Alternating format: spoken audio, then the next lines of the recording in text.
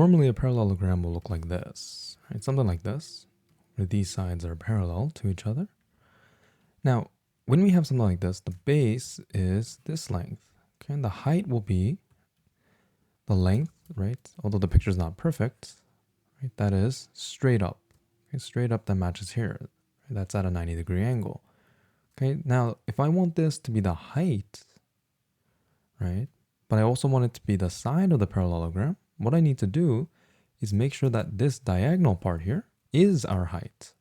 Okay, so we need this diagonal part to become the height, but it's not at 90 degrees. Okay, so the only option we can do is make it so the diagonal becomes straight like this.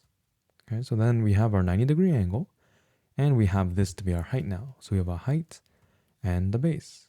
What does this give us, right? This is a rectangle. Okay, so that's going to be an example of a parallelogram where both the base and the height are the sides.